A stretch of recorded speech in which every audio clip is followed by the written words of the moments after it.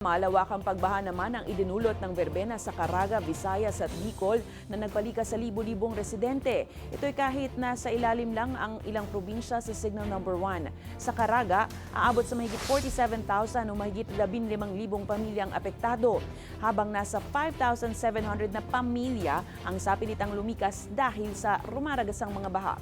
Sa Butuan City, higit 1,300 katao mula sa 13 barangay ang nasa mga evacuation centers. Sa Visayas naman, kabilang ang Cebu City, mahigit 1,000 pamilyang nasa mga evacuation centers matapos umapaw ang mga ilog at creek sa pagtama ng berbena sa Talisay City. Habang sa Negros Occidental, nagutos si Governor Nina Lacson ng preemptive at forced evacuation sa mga high-risk areas dahil nga sa banta ng baha, landslide at maging daluyong o storm surge. Dito naman sa Region 5 Bicol, naka-high alert ang lahat ng response teams.